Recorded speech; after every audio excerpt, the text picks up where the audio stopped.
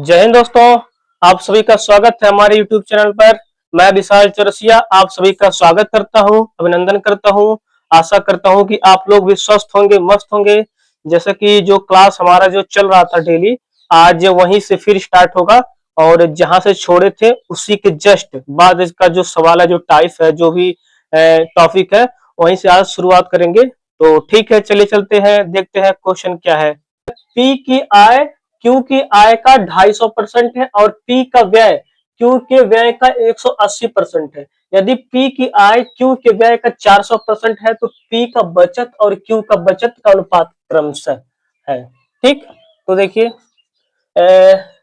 ये मान लीजिए पी हो गया, अनुपातिक क्यू, आय,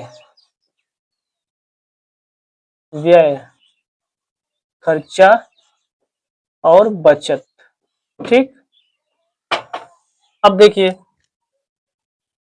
पी की आय क्यू की आय का 250%, यानी क्यू की तुलना जो है पी की तुलना जो है क्यू से हो रही है। तो क्यू का हमें पता नहीं है क्योंकि क्यू से ही बता रहे हैं, क्यू का हमें कुछ नहीं पता है। ठीक, आगे बढ़िए। पी का खर्चा क्यू के खर्चे का 180% है, यानी कि ना हमें पी का आय पता है ना हमें खर्चा पता है। फिर यदि पी का आय क्यू के खर्चे का 400% है, यानी कि अब देखिए यहां पर भी क्यू के खर्चे का तुलना कर रहा है और यहां पर भी क्यू के खर्चे से तुलना कर रहा है। यानी कि अगर हम क्यू के खर्चे को जो है पहले 100% मान ले, तो मान लीजिए खर्चा ही है, मान लीजिए उसका खर्चा जो है 100% था क्यू का। जब क्यू का खर्चा 100% है, क्योंकि यहाँ पे क्वेश्चन में 2 बार क्यू का चर्चा है, वो भी खर्चे वाली का। तो मान लीजिए इसका खर्चा 100% था, तो पी का खर्चा क्यू के खर्चे का 180% है, यानी कि अगर ये 100 है तो पी का 180 हो गया। क्यू का खर्चा 100 था, पी का हो गया 180%। अब पी की आय क्यू के खर्चे का 400% है। पी का जो आय आमदनी है क्यू के खर्चे का 400% है, यानी कि अगर ये 100 है तो ये 400 हो जाएगा। ठीक, अब पी का आमदनी आय क्यू के आय का 250% है, क्यू के आय का, यानी क्यू का हमें पता नहीं है। तो क्यू के आय का 250% हमें पी का पता है, तो हम निकालेंगे यहाँ पे क्यू का 250%। क्वेश्चन में यही कह रहा है कि क्यू के आय का 250% जो है पी का आय है, तो क्यू का 250% बराबर पी का आय हमें पता चल गया है, आपका 400 है। पी का क्यू का 250% बराबर 400। ठीक, अब एक जीरो से एक जीरो कट गया, 25, 25 चौके 100, 25 16, 25 बट्ठे 200, 25 16 400, यानी कि आपका हो गया 160, यानी कि आपका क्यू होगा 160। क्यू आपका 160 हो गया, क्यू बराबर 160। अब बचत, अब ये इसका पी का आमदनी है और ये खर्चा है, क्यू का आमदनी है, ये खर्चा है। हमें बचत का अनुपात पूछा है, तो बचत का अनुपात आपका होगा टोटल आमदनी में से जो खर्चा होगा, अगर उसको अगर निकाल दे तो बचत का जो है अनुपात आ जाएगा। जैसे 0, 10 में से 8 गया 2, 3 में से 1 गया 2, 220 अनुपाते 60। ठीक, इसको काटिए, छोटा कर लीजिए, 0 से 0, 2 से काटेंगे तो 11 अनुपाते 3, यानी कि इन दोनों पी और क्यू के बचत का अनुपात 11 अनुपाते 3 आ जाएगा। यही जो है आपका आंसर हो जाएगा। ठीक है, अगला क्वेश्चन देखिए। पी की आय क्यू के आय का 150% और पी का खर्चा यानी कि व्यय क्यू के खर्चे का 60% है। यदि क्यू अपनी आय का 20% बचत करता है तो पी अपने आय से कितने प्रतिशत की बचत करेगा। इसको देखिए, ये मान लीजिए आपका पी हो गया, ये मान लीजिए क्यू। पी का आय मतलब पी और क्यू दोनों के लिए आय, ये खर्चा और ये बचत। ठीक, क्वेश्चन देखिए फिर से। पी का आय क्यू के आय का 150% है, यानी कि क्यू पी की तुलना क्यू से हो रही है। हमें क्यू का भी नहीं पता क्यू कितना है, 150% या अधिक है। ठीक है, और पी का खर्चा क्यू के खर्चे का 60% है। पी का जो खर्चा है क्यू के खर्चे का 60% है, यानी कि क्यू से ही तुलना पी की हो रही है, आमदनी का भी और खर्चे का भी। क्यू अपनी आय का 20% बचत कर रहा है, 20% बचत कर रहा है। पी का खर्चा क्यू के खर्चे का 60% है। यहाँ पर व्यय है और यहाँ पर व्यय जो है पी का खर्चा क्यू के खर्चे का 60% है, यानी कि यहाँ आपका जो है व्यय की बात कर रहे हैं। और क्वेश्चन में क्यू अपनी आय का 20% बचा रहा है। क्यों बचा रहा है अपने 20%? तो बचत, अगर जो 20% बचत है तो टोटल दुनिया में 100% होता है, तो कितना जो है खर्चा होगा? 80% का। 80% खर्चा, 20% बचत, यानी कि टोटल आपका 100% आमदनी होगा। अब यहाँ भी खर्चा निकल गया आपका और यहाँ खर्चे से तुलना हो रहा है, तो दोनों आप जो है आपका कॉमन करेंगे क्या? दोनों आपका तुलना होगा क्यू से ही और भी खर्चे का। जैसे मान लीजिए आपका 20% जब बचत है तो 80% उसका खर्चा होगा। ठीक भाई, 20% जब उसका बचत है तो 80% उसका खर्चा हो गया। जब 80% खर्चा हुआ तो टोटल 100% होता है दुनिया में। अब इससे तुलना कीजिए क्यू से पी का। पी की आमदनी क्यू के आय का 150% है। पी का आमदनी क्यू के आय का 150%, यानी कि अगर ये 100 है तो ये 150 होगा। ठीक है। और पी का खर्चा क्यू के खर्चे का 60% है। पी का खर्चा क्यू के खर्चे का 60% है, यानी कि 80 का 60% बराबर 20 से, यानी कि 6 8 6 48, यानी कि 48 हो गया। अब कह रहे तो पी अपनी आय से कितने प्रतिशत की बचत करता है? पी का बचत पूछ रहा है। तो मान लीजिए आपका 10, 10 में से 8 गया 2, 4 में से 4 गया 0, 1, 102। बचत जो है आपका 102 आ गया। अब जब बचत आपका 102 आ गया,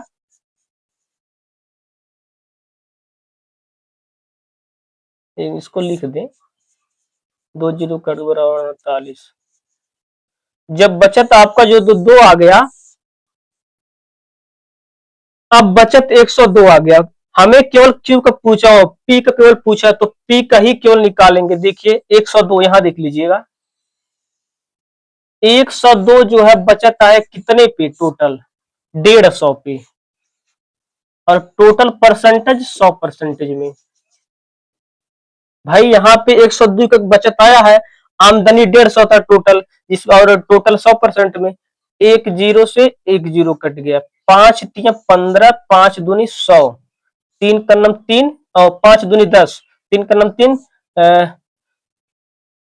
3 त्रिकन और 3 चौबार 34, 34 दूनी 68%। टोटल आपका जो 68% का जो है बचत करेगा। यही आपका आंसर हो गया। अगला क्वेश्चन देखिए अब, कि आय बी के आय का 80% है और ए के व्यय बी के व्यय का 60% है। यदि ए की आय बी के व्यय का 90% के बराबर, ए की आय बी के खर्चे का 90% के बराबर है, तो ए की बचत बी की बचत से कितने प्रतिशत अधिक है? ठीक, एसएससी सीजीएल का मेंस का सवाल है, ये 2022 में आया हुआ। ये मान लीजिए आपका ए हो गया, ये बी, आय व्यय बचत।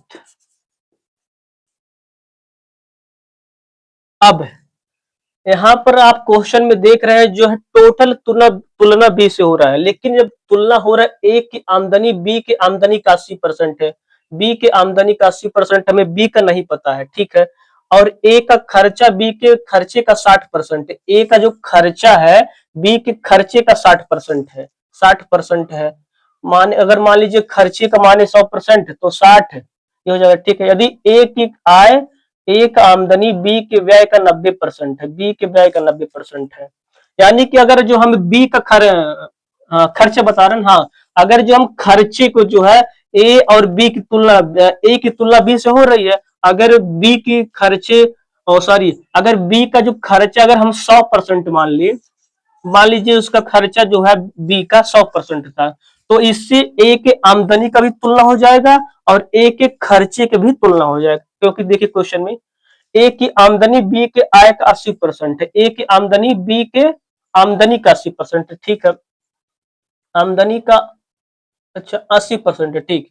ए का खर्चा बी के खर्चे का 60% है। ए का जो खर्चा है बी के खर्चे का 60% है, यानी कि यहाँ अगर इसका 100 है तो इसका 60 होगा। और ए की आमदनी बी के खर्चे का 90%, यानी कि अगर इसका बी का खर्चा 100 है तो इसका खर्चा 90% होगा और आमदनी 90% होगा, यानी कि आपका 100 है तो इसका आमदनी 90 रुपया होगा। बी के व्यय का 90% है, ठीक। और जो है इसका खर्चा जो है 60% होगा। अब देखिए ए की आमदनी बी की आमदनी का 80% है। ए की जो आमदनी है, ए की आमदनी बी की आमदनी का 80% है, यानी कि बी का 80% बराबर जो है 90 है, क्योंकि क्वेश्चन में ऐसा दिया है। 8 से 0 से 0, 4 दूनी 8, सॉरी, दो चौका 2 चौका 8, 2 5 10, 2 दूनी 4, 2 45 संयम 90, 45 पंजे 5 पचे 25, बी बराबर 5 पचे 25 और 5 चौक 20, 225/2, 2 कन्नम 2, 2 कन्नम 2 और 2 दूनी 4, बचा 1 2 5 10, 112.5, यानी कि 112.5 जो है बी का आमदनी हो गया। अब जैसा क्वेश्चन में कहा है वैसा आपका सेट हो गया। अब क्वेश्चन में पूछ क्या रहा है, ए की बचत बी की बचत से कितने प्रतिशत अधिक है।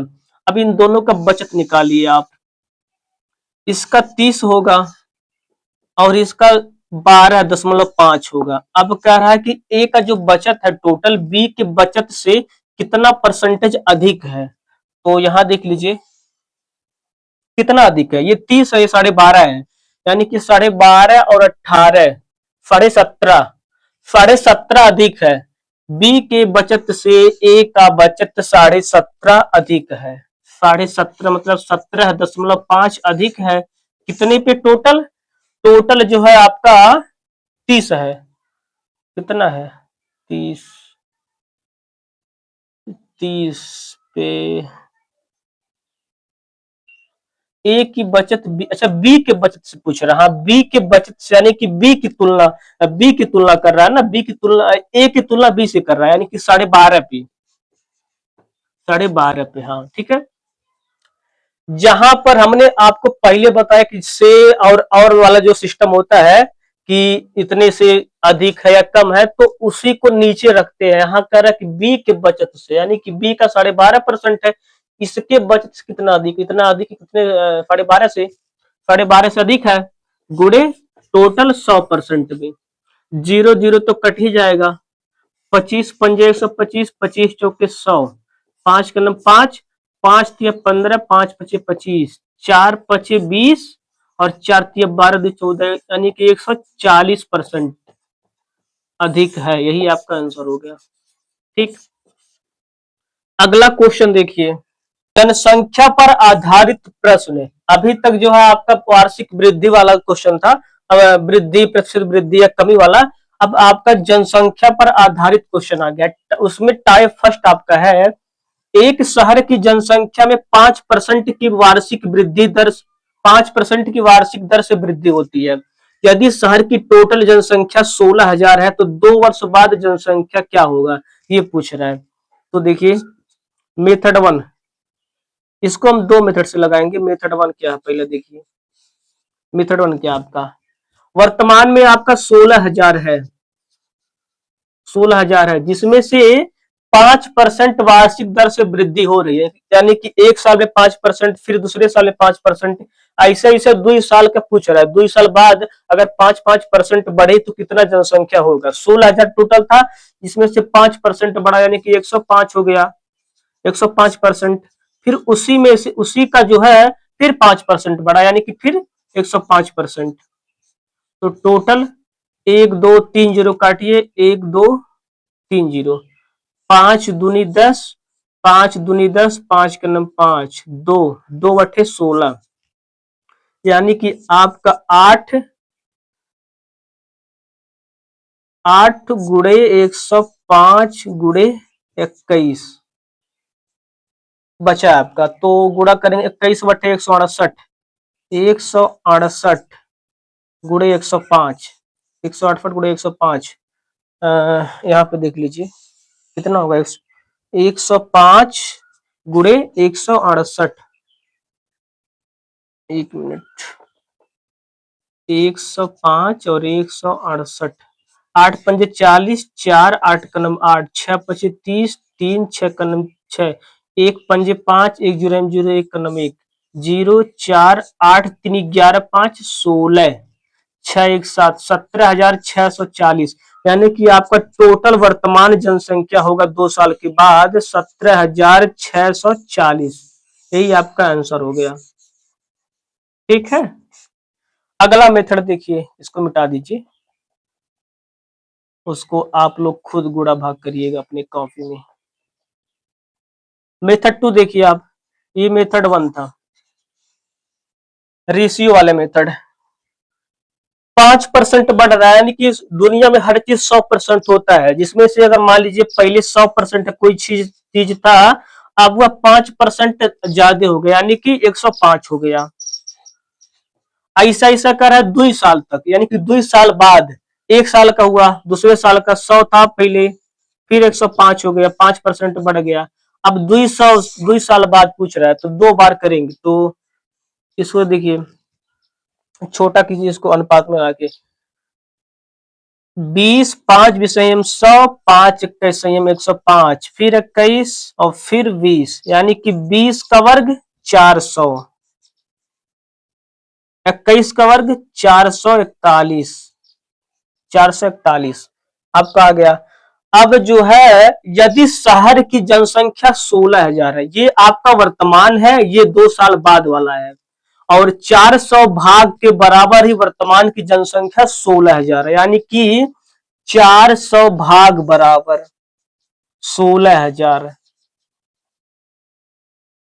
तो 441 भाग बराबर 441 बराबर 16,000 बटे 400 गुणे 441। आपका जो है 2 जीरो से 2 जीरो कट गया, 4 चौक 16, यानी कि आपका 40, यानी कि गुणा करेंगे तो 1 जीरो ऑलरेडी रहेगा ही, 4 कलम 4, 4 चौक 16, 4 चौक 16 17, यानी कि 17,640 आपका आंसर हो गया। ये आपका मेथड 2 हो गया।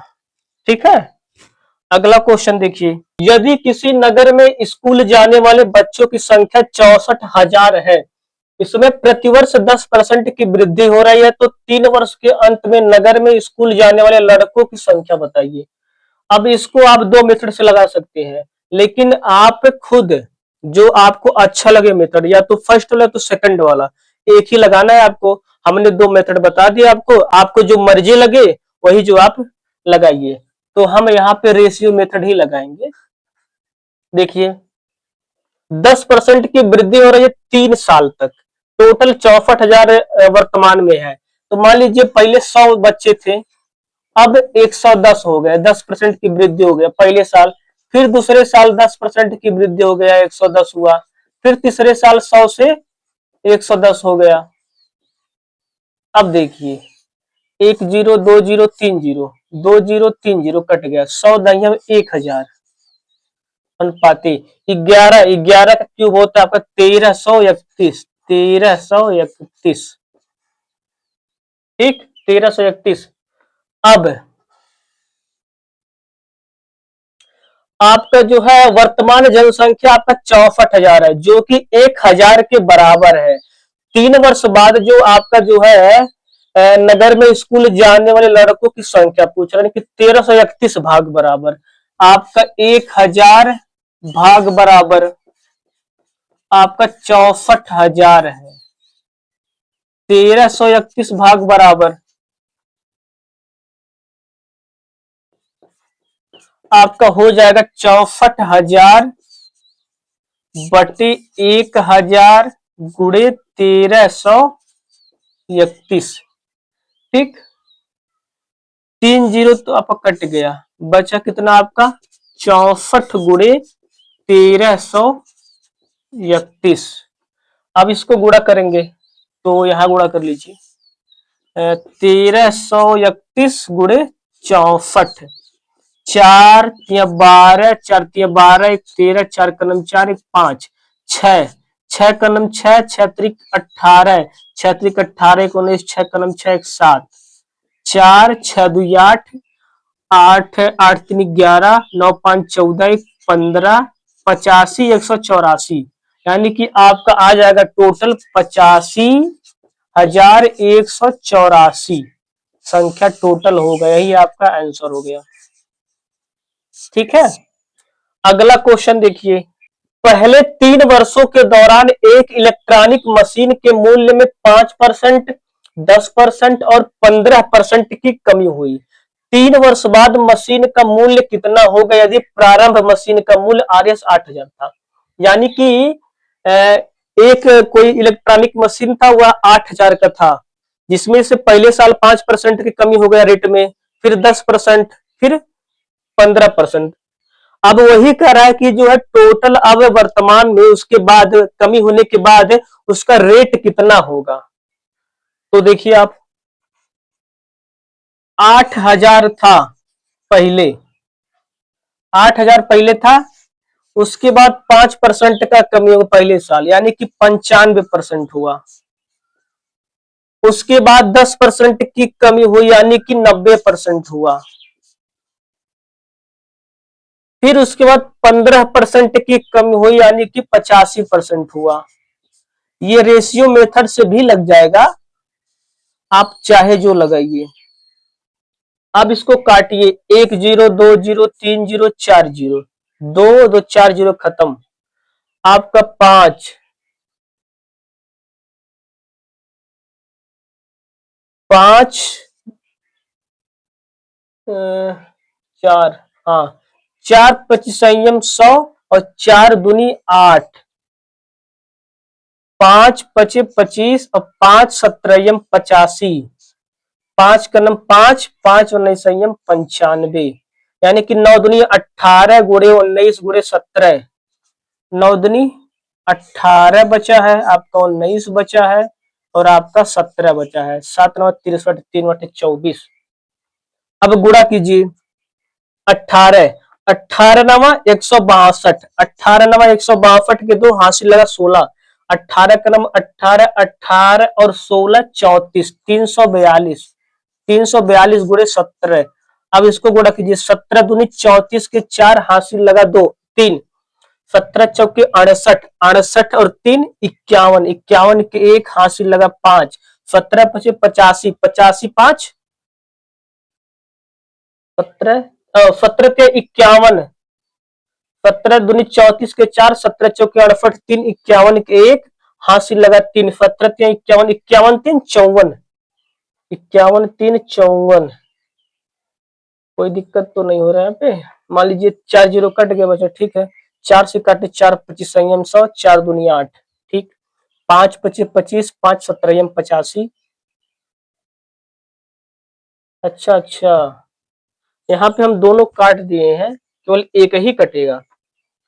फिर से देखिए, मान लीजिए 4 जीरो कट गया, ठीक है। 4 25 संयम 100, 4 दूनी 8, 5 पचे 25 और 5 17 85, 5 पचे 25, अच्छा अच्छा, 5 पचे 25, 5 17 85, 5 का नंबर 5, 5 19 संयम 95, 19 दूनी 38, अच्छा ये 38 होगा। अच्छा 9 दूनी 18, 18 19 17, 18 19 17, 9 दूनी 18, 18 गुणे 19 गुणे 17, 17 18 19, ठीक है। ठीक है, यहाँ तक तो ठीक है। अब 18 का गुणा हम 19 में किया, 18 18 नवा 18 बटे 140, 18 नवा 162, 162 यानी कि 2 हासिल लगा 16, हासिल लगा 16, 18 का नंबर 18, 18 और 16 8 से 14, 1 1 2 3 34, 342, 342 गुणे 17, 17 दूनी 34 के 4 हासिल लगा 3, 17 दूनी 17 चौके 68, 68 और 3 71, 71 के 1 हासिल लगा 7, 17 के 51, 51 7 58, 58 से 14। सब सही था, बस यही लास्ट में जाकर गलती हुआ था थोड़ा सा कैलकुलेशन में। ठीक है, 58 से 14 टोटल आपका आंसर हो गया, यही आपका आंसर। अगला क्वेश्चन देखिए। अब आपका जो अगला क्वेश्चन है टाइप 2, एक शहर की आबादी 1 लाख है, अगले वर्ष इसमें 12% की वृद्धि होने की उम्मीद है और उसके बाद के वर्ष में 10% की कमी होने की उम्मीद है। अंत में नई आबादी कितनी होगी। यानी कि वर्तमान में जो आबादी उसका टोटल 1 लाख है। अब बता रहे कि कुछ उसमें कमी होगा, कुछ मतलब कमी होने की उम्मीद है कुछ, और कुछ बढ़ने की उम्मीद है। तो जो उम्मीद है उसको हम पूरा कर देते हैं भाई, घटा बढ़ाकर। देखिए नई आबादी, नई आबादी बराबर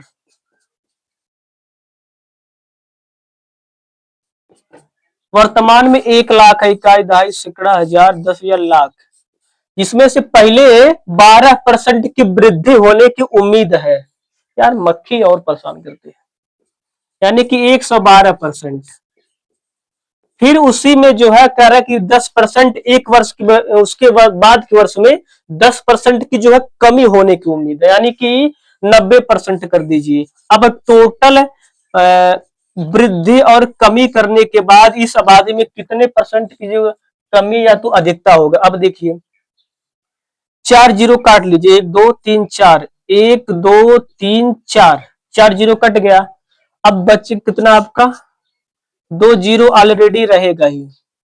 1 जीरो यहाँ पर, 1 जीरो यहाँ पर, 9, 9 दूनी 18, 9 का 9 1 10, 9 का 9 1 10, यानी कि सैकड़ा, हजार, 10,000, लाख, 1,08,100 आपका बचा, 1,08,100 आपका बचा। यही जो है नई आबादी हो गया, और यही आपका आंसर भी हो गया। ठीक। अगला क्वेश्चन देखिए, एक गांव की जनसंख्या 1,30,000 है। पहले वर्ष इसमें जो है 10% का वृद्धि हुआ, फिर दूसरे वर्ष में 20% की वृद्धि हुई, तो 2 वर्ष बाद इसकी जनसंख्या होगी। आपका जो है आरपीएफ एसआई का सवाल है ये किसका सवाल है, 1 मिनट। अच्छा दिल्ली पुलिस का, ये जो है दिल्ली पुलिस का सवाल है, दिल्ली पुलिस, इसको भूल गए थे लिखना। ठीक। देखिए अब, तो वर्तमान जनसंख्या जो है 1,30,000 है। ठीक, 1,30,000, जिसमें से पहले वर्ष इसमें 10% का वृद्धि हुआ, यानी कि 100 से 110 हो गया, 110%। फिर उसके बाद अगले साल जो है 20% की वृद्धि हुई, यानी कि लगातार बढ़ते चला जा रहा है, जनसंख्या बड़ी तेजी से सब बढ़ा रहे हैं, 120%।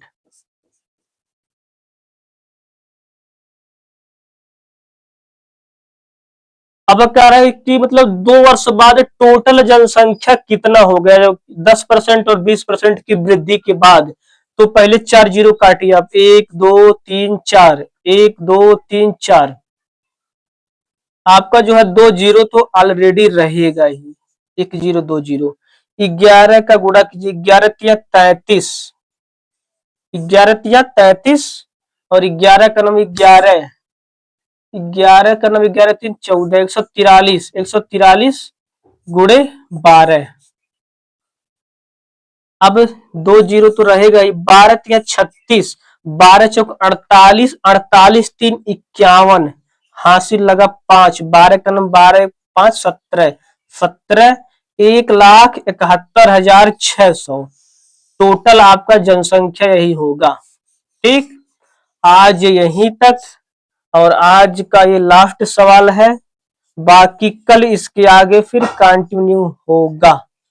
ठीक है, तो जैसा भी है आप लोग 1 बार 2 बार 3 बार पढ़िए, इसको समझ में नहीं आए तो धन्यवाद।